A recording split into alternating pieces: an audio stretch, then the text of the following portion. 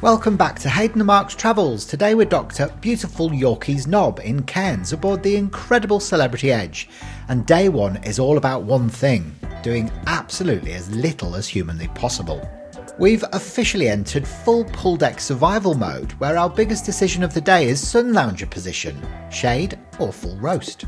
In this episode we indulge in a very serious review of our dining experience at Cyprus Restaurant, one of the 4 fabulous included restaurants on board, because someone has to do the hard work of eating and reporting back. We also bravely tested the limits of relaxation with a $1,000 couples massage at the spa, where we can confirm, yes, we did temporarily forget our own names. And because we apparently enjoy staying very busy doing nothing, we also take a moment to reflect on our first night at the theatre, where we saw a singing comedian who had us laughing, slightly confused and definitely entertained. It's safe to say the cruise continued with a bang, even if we're still not entirely sure what we witnessed, but we loved it anyway. Tomorrow we'll actually explore Cairns, but today is about pampering, poolside lounging and peak holiday energy. So sit back, relax and join us as we master the art of doing absolutely nothing very, very well. Hi guys. Good evening. So last night, before we headed off to the show, we went to see an amazing, he was a comedian and a magician, wasn't he? That was the show. Yeah. Yeah, he was very, very good, wasn't he? Well, can you remember what his name was? Jared Hall? Yeah, he was brilliant. Kiwi. But we went for drinks at the Sunset Bar, didn't we? Festival, yeah. Yeah, and we've kind of gone off the martini bar a little bit because it gets a bit overcrowded there, doesn't it? And we walked through it and there was nowhere for us to sit. No, there was nowhere. And we felt like we were being stared at as well a little bit, so we were like, right, let's just make a sharp exit and head up to the Sunset Bar. It's always nice up there though, isn't it? It's a bit more low key. There was a few more people there last night than there was the night before. And it was just a nice vibe. So we just had one glass of wine there, didn't we? Yeah, then we went into the show, and as you said, then that was Jared Hall, or Hill, I think it was Hall. He was hilarious. And his show is comedy meets magic, and he's combined them exceptionally well together. He was hilarious, wasn't he? Yeah. He was really, really funny. So we caught the early show because what we're finding is we prefer to eat a bit later, but by doing that we're missing anything else that follows. So we decided to do the show early, the 7 o'clock version, and so that was good. And then when we came out, the martini bar was absolutely rammed because there was about 600 people coming out from the show, all heading in the same direction. But I literally looked to the right and there was 2 empty seats right at the bar. So I ran, you've never seen me run so fast, across the ship, down the stairs, across the dance floor, and landed myself, almost flew onto these 2 chairs, didn't I? Did, yeah. And so that was cool. So, but it's quite a sociable spot to sit there as well, isn't it? Because we got talking, well you did, initially to the lady sitting next to you who came from Harold, where we used to live. Yeah. How bizarre. I know, it's so interesting. How bizarre. And that's the thing, with that environment, it is if you sit down at the bar, you've got to be prepared to interact with people because everybody wants to talk to you, which is fine. But yeah, bizarre that was. The lady sat right next to me used to live in the same village as us, but now lives in Bromham. And then the other people that sat on the other side started talking to me, the woman, and we found out that her husband, Steve, he was English, they both worked in Perth. For Rio Tinto. Just for a few weeks, wasn't it? A couple of months or something, wasn't it? On a major rail project. And it was the same year that we moved to Perth, so it's 2010. So it's such a small world. Lots of coincidences. Yeah. Really nice people. Yeah, Everyone and really lots nice. of people complimented us as well on our tans, didn't they? You know, saying, well, one woman said to you, she said she wants your tan or something like that. Yeah, it's like bizarre, isn't it? Yeah. Bless. It's always nice to know, isn't it, that you're looking well. Not doing anything out of the ordinary, just doing me. And That's right. I'm lucky to be olive-skinned. You are. And we're lucky that we live in Perth and we've just left our summer, and we do get out in the sun when we're walking with the boys and stuff, so we're always got a base tan. But so that was nice. It was a lovely evening. And then after all of that, we went to the Cyprus restaurant, which is the Greek-inspired restaurant. And we did actually really enjoy the food in there. It was better than some of the others that we've been to. I had gnocchi, but we started with a meze plate, didn't we? We did, yeah. So we had a meze plate each, which is the usual things like tzatziki and breads and then there was hummus and tara masalata wasn't there, and then there was some nice anchovies as well, which was good. And then your main, you said you had gnocchi. What was with your gnocchi? Flavour wise, it's cheese, wasn't it? Full cheese or something. I think he even put some parmesan on top of it, so it was very cheesy. So it was good. It tasted nice. And then I had the beef short rib. Yeah, that looked good. Which was a Greek dish. Yeah, it was very rich, but it was very nice. It was sort of melt in mouth beef with a gravy, and it had olive oil potatoes and some apricots with it, and some olive, which was nice. And then you had a lovely dessert, didn't you? Yeah, what was that called again? Sasha tort. Sasha tort. I'd never heard of it before. I can't believe it. And it's chocolate, and it's got like a chocolate ganache on it. And it's exactly the sort of pudding that I like, and I've never even heard of it. It's the Austrian sort of national dish when it comes to cakes. Sasha tort, yeah. So it's moist chocolate cake. Yeah, so that was looked lovely. It's gorgeous. It's very shiny. It was very shiny, yeah. And then that summed up our evening. And then today, obviously, we've arrived at Yorkeys Knob, which is the port for Cairns, or it's not even a port. We're way off land. We're in the middle of nowhere. We are literally, but I mean, we're surrounded by beautiful scenery, which is the Australian coastline. It's very mountainous and it's very green. But yeah, we've tendered quite a way out. It's about 30 minutes apparently. Yeah. Ish on the tender to get to the land point, and then it's another 30 minutes to get to Cairns city itself. So it's about an hour. But interesting. I mean, it's a lovely view. We're right out in the sea. It must be because of the depth of the water. So we got up this morning. We had our breakfast in the Cosmopolitan a la carte restaurant, which was lovely. Oh, and a big shout out to Minnie. She's gorgeous from Bali. Our little waitress. She told us staff. Her life story. Yeah, but it was very interesting, sweet. Very interesting what their culture expects them to do. So that was really nice, and the breakfast was delicious actually. And we've decided we're not going to go back to the buffet again for breakfast because it's so nice to be waiter served, and the portion control's better as well. So it actually comes out really well presented on the plate. So you had corned beef hash, didn't you, and some crispy American bacon and lovely fried eggs. Yeah, that was gorgeous. And you had a nice homemade omelette, didn't you? I did, yeah, with feta cheese omelette. and cheddar cheese in it, and some bacon in there as well, and some tomatoes. Beautiful, and a hash brown, of course. I tried the porridge, or whatever you call it, oatmeal, and I literally couldn't eat it. It was, I don't know. I'm really fussy with porridge. And gruel. Yeah, so I kind of left the whole thing. I felt really guilty. The look he shot you when he was like, "Did you like it?" You're like, "Yeah." No, I didn't say that. I just said, "Oh, there was too much in the bowl." I literally had one mouthful. So I think we'll do that for breakfast moving forward because it's just more refined. Yeah. And it's less of the it's quite stressful actually diving into the buffet because there's a lot of people that you get mown down, honestly. You do. If you are in someone's path, God help you, and they're quite erratic and they'll just cut in front of you, and they don't like to queue, a lot of them. So yeah, they're a little bit entitled, and you just think it's a buffet. Get a grip. We've never been buffet people, as we've mentioned countless times, but we've been doing it because it's been handy for the pool, because it's right next to the pool. And the food is nice. And the food's wonderful. Yeah. It's nothing to do with the quality of food. Human behaviour. It's the poor human. You're right, Hayden. It's just people's behaviours. Disgusting sometimes, some of them. And they're quite aggressive as well when they want to cut in front of you and get an egg. Yeah.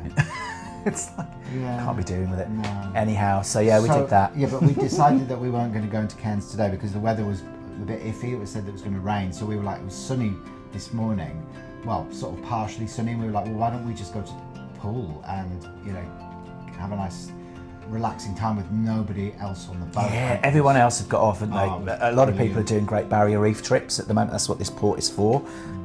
So literally after breakfast the tenders were out, and there was nobody. There was probably half a dozen people at the pool. That's all. For most of the day, for the whole time that we were there. And we stayed there until about 2 o'clock, didn't we? Oh, it was so good. And then it started spitting.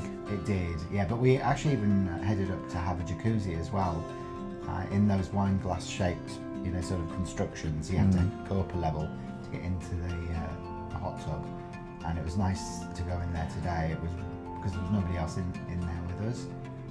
It's just been blissful. It's been a blissfully quiet day, and it's, we sort of worked out that apparently the better weather, as you've said, was today on board. Tomorrow's going to be a bit wetter apparently, so we're going to use that opportunity to go over to the mainland. Yeah, and we're going to check out the botanical gardens potentially, aren't we? And yeah, weather permitting, and the lagoon, and the aquarium, and the Esplanade. Yeah, there's quite a lot to do actually. So I think we'll have a really nice day. And even if the weather isn't that great, it doesn't matter. We'll still have a nice time. Yeah, we'll be absolutely fine with it. And yeah, so tonight we're going to go to Normandy restaurant, aren't we? Yeah. We're going to go and have our pre-dinner drink, and then we're going to head to Normandy, which is the French-inspired restaurant. And we're quite hungry tonight because we didn't eat any lunch. No. We did have a little ice cream earlier on. That was very nice. We did, and I think you've forgotten like the event of the day. Yeah, I'll let you talk about that. Well, we went to the spa and we had a massage, a couples massage, and it was a deep tissue massage with hot stones. And there were these beautiful, they looked like rose quartz, didn't they? And they were all illuminated and all oily. And the masseuses were fantastic. And we walked out, or we floated out of there, really, didn't we? Feeling amazing. Yeah, 75 minutes, so it was a good hour and a quarter. Very expensive though, we spent $1,000. Australian dollars, for two. For two. That's the. I mean, to be fair, all of the cruise companies do the same thing. They advertise a price, and then they start adding things on, and then there's a 20% service charge on top of that at the end. And they're talking about discounts. And then they're saying, well, we're giving you a discount, and are you coming back? And it's like, no, we're not, because you've now just charged us the cost of what would have been 2 massages or 5 massages on land. Yeah. When we have our massages with our usual guy, it's $100 each for an hour. We've paid $500 each. So that's probably one of the main things about the cruising that just niggles me a little bit, is that it's very money grabbing, and they all do it, so you all know who you are. But we also understand that, and if we want to do things, we've got to pay a lot of money for them. It's even the shore excursions to go to the Great Barrier Reef. You're talking between $500 and $1,000 per person just for a 1-day or part-day excursion.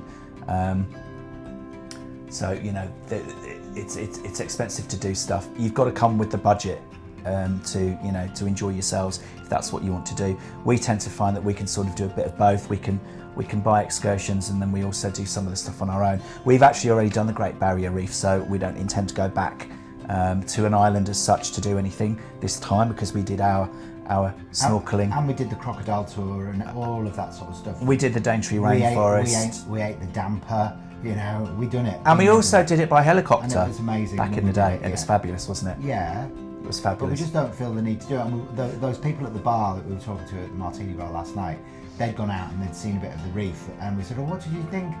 And they were like, meh.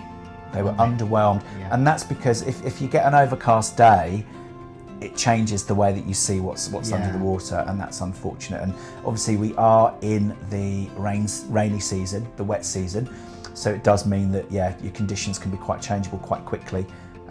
When we saw it, it was beautiful. It was blue skies. It was amazing. So I don't want to taint my memories of the Great Barrier Reef. Absolutely. It's just done. And you know what though? Just sitting here on the ocean with the scenery that we've got, it's just beautiful. Yeah, it really is lovely. So you know that you're away. You're just floating on the water. It's very calm.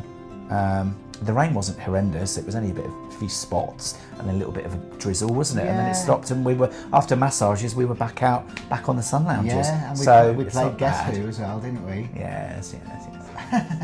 We like playing Guess Who. Yes, we did. It's a game for five-year-olds and below. But it's it's below 5. It's 5 years old and lower. How can a baby play it? I don't know. I'm confused.